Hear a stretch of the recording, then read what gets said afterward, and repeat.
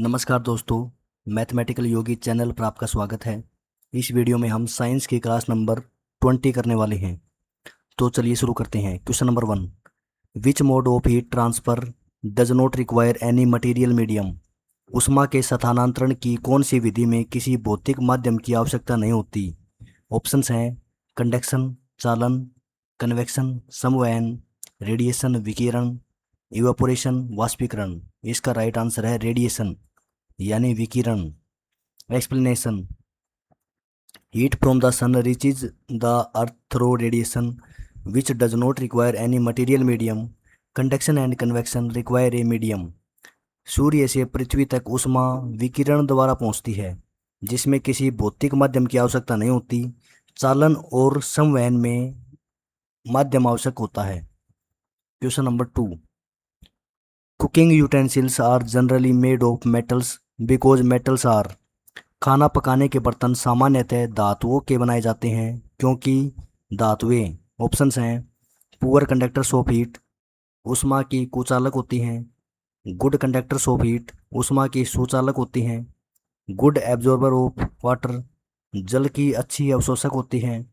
Soft materials, मुलायम पदार्थ होती हैं। इसका राइट आंसर है option B, good conductors of heat, ऊष्मा की सुचालक होती हैं। Explanation, metals transfer heat quickly through conduction making cooking faster and more efficient।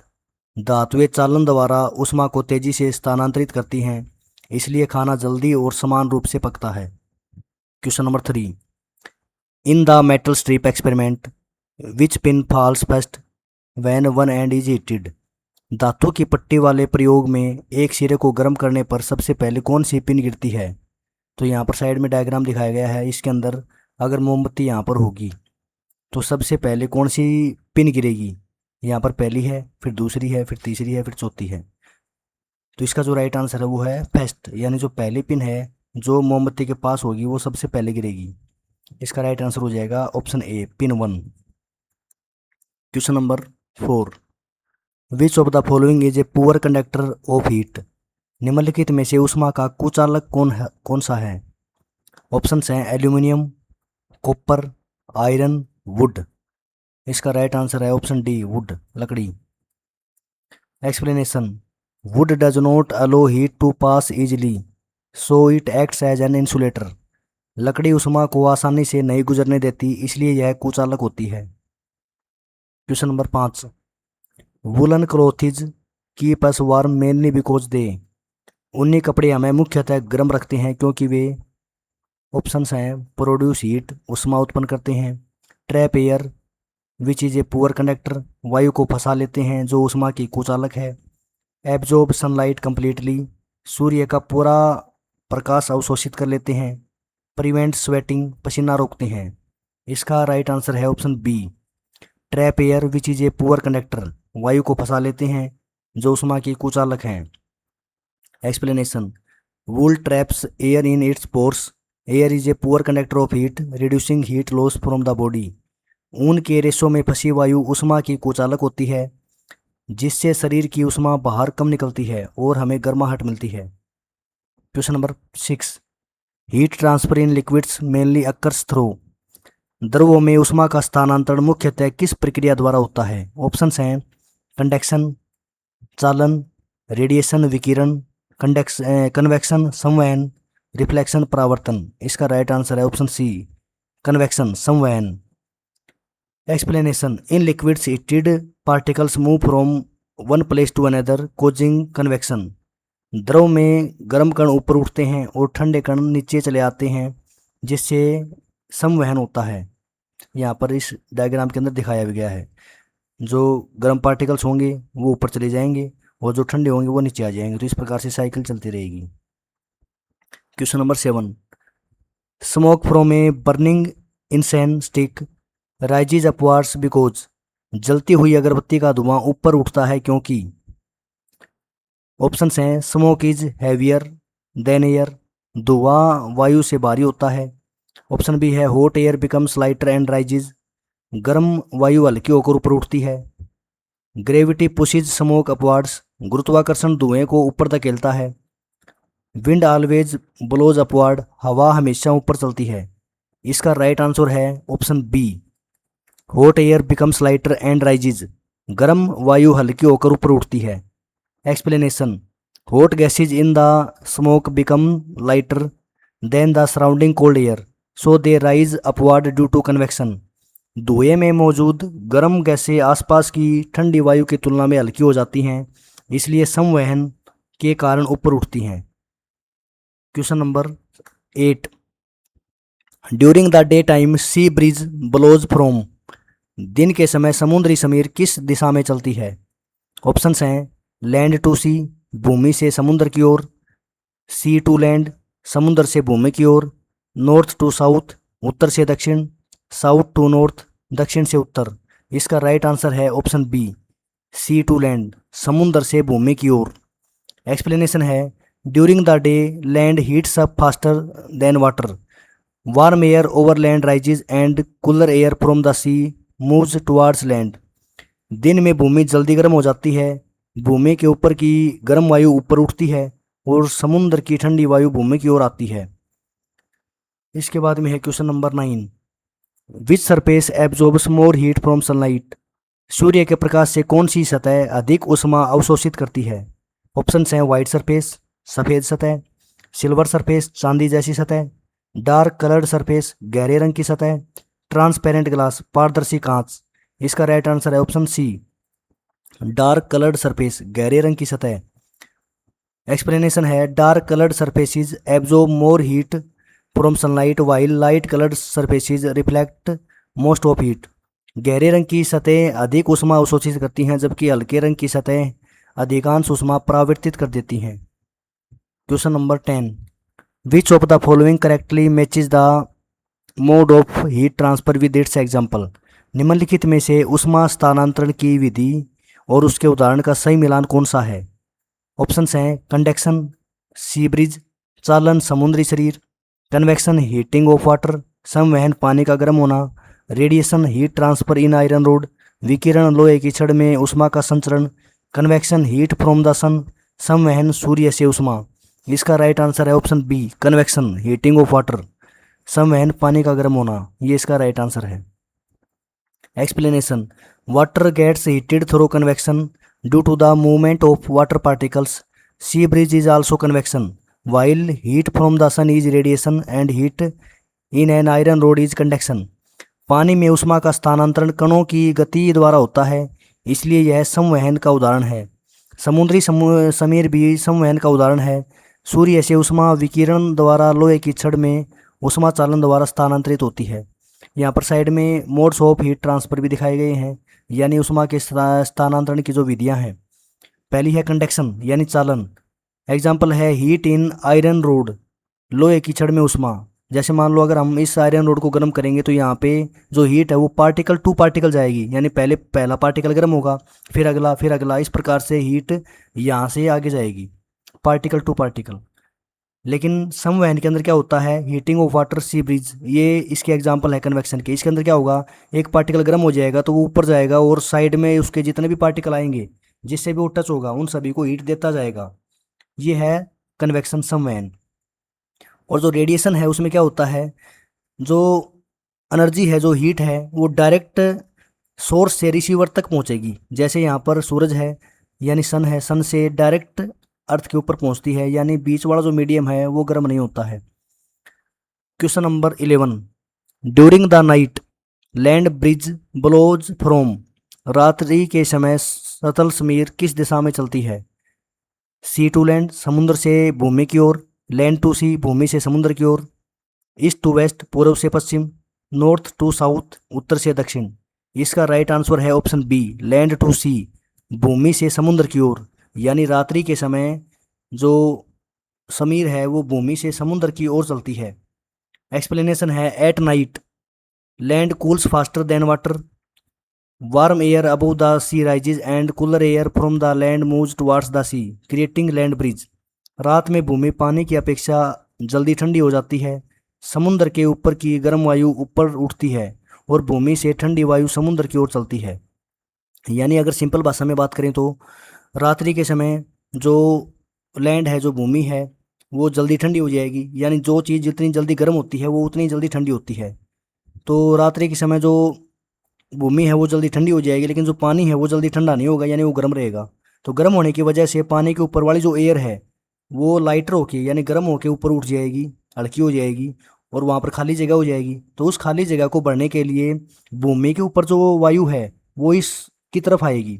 तो इस प्रकार से ये एक साइकिल बनेगी।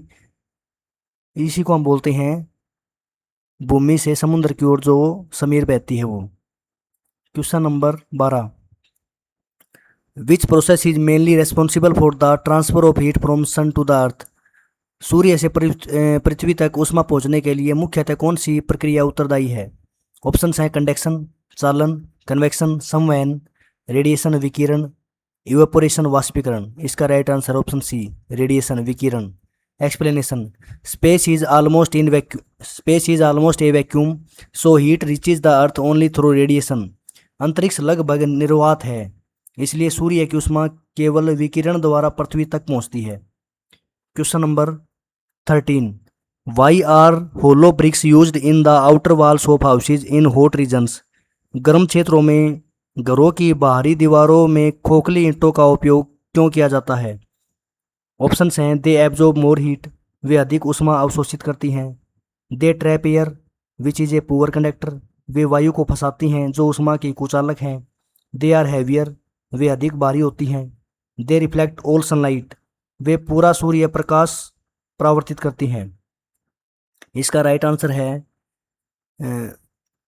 दे trap air which is a poor conductor, वे वायु को फंसाती हैं जो ऊष्मा की कुचालक है। इसके बाद में है question number 14। In the water cycle the process of conversion of water vapour into cloud is called. जल चक्र में जलवाष्प के बादलों में बदलने की प्रक्रिया कहलाती है। इस प्रकार के क्वेश्चन बहुत ही ज़्यादा इंपॉर्टेंट होते हैं भाई, इस प्रकार के क्वेश्चन पेपरों में पूछे जाते हैं। तो इसके अंदर ऑप्शंस हैं इवेपोरेशन वाष्पीकरण, कंडेंसेशन संघनन, ट्रांसपिरेशन वाष्पोत्सर्जन, इनफिल्ट्रेशन अंतःस्त्रवण। इसका राइट आंसर है condensation. Explanation. Water vapour cools in the atmosphere and changes into tiny water droplets forming clouds. जल वाष्प ठंडे होकर छोटी छोटी जल बूंदों में बदल जाती हैं जिससे बादल बनते हैं।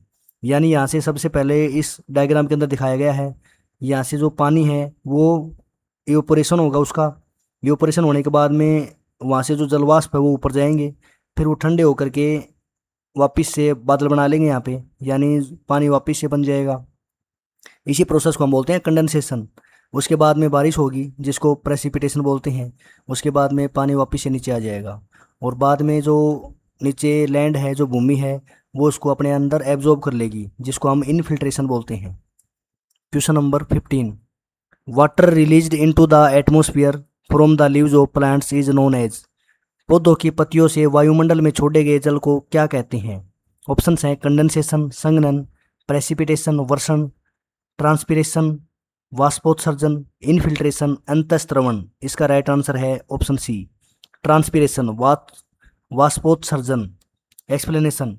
Plants release water vapour through tiny pores in their leaves, this process is called transpiration. पौधे अपने पत्तियों के सूक्ष्म रंध्रों से जल वाष्प छोड़ते हैं, इस प्रक्रिया को वाष्पोत्सर्जन कहते हैं। Question number 16। Surface water seeping through soil and rocks is known as. मिट्टी और चट्टानों के भीतर सतही जल के प्रवेश की प्रक्रिया कहलाती है। ऑप्शंस हैं कंडेंसेशन संघनन, इनफिल्ट्रेशन अंतःस्त्रवण, इवेपोरेशन वाष्पीकरण, सब्लिमेशन उदरपातन। इसका राइट आंसर है ऑप्शन बी, इनफिल्ट्रेशन अंतःस्त्रवण। Explanation. The movement of surface water into soil and rocks is called infiltration. सतह पर जल जब मिट्टी और चट्टानों के भीतर प्रवेश करता है तो उसे अंतःस्त्रवण कहते हैं। Question number 17। Through which material does water सीप द फास्टेस्ट। जल सबसे तेजी से किस पदार्थ से होकर गुजरता है? ऑप्शन हैं कले चिकनी मिट्टी, सैंड रेत, ग्रेवल बजरी, लोम दोमट मिट्टी। इसका राइट आंसर है ऑप्शन सी, ग्रेवल बजरी। एक्सप्लेनेशन है gravel has larger space is between its particles allowing water to pass through quickly. बजरी के कणों के बीच अधिक स्थान होता है, इसलिए जल सबसे तेजी से उसी से होकर गुजरता है। Question number 18। Underground layers of rocks and sediments that store ground water are called. भूमिगत चट्टानों एवं अवसादों की वे परतें जिनमें भूजल संग्रहित करता है कहलाती हैं। ऑप्शंस हैं रिजर्वोयर जलाशय, एक्यूफायर्स जलभरित, ग्लेशियर हिमनद, डेल्टा। इसका राइट आंसर है ऑप्शन बी एक्यूफायर्स जलभरित। Explanation.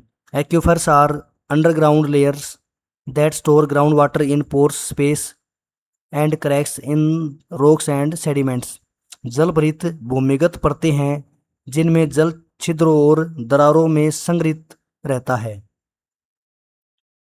Question number 19। Which method helps in replenishing ground water. भूजल के पुनर्भरण में कौन सी विधि सहायक है। ऑप्शंस हैं डिफोरेस्टेशन वनों की कटाई, रेन वाटर हार्वेस्टिंग वर्षा जल संचयन, एक्सेसिव ग्राउंड वाटर एक्सट्रैक्शन भूजल का अत्यधिक दोहन, कवरिंग सोयल विद कंक्रीट भूमि को कंक्रीट से ढकना। इसका राइट आंसर है rain water harvesting option B वर्षा जल संचयन। Explanation. Rain water harvesting allows rain water to infiltrate into the ground and recharge aquifers. वर्षा जल संचयन से वर्षा का जल भूमि में समाकर जल वृत्तों का पुनर्भरण करता है। इसके बाद में है क्वेश्चन नंबर 20।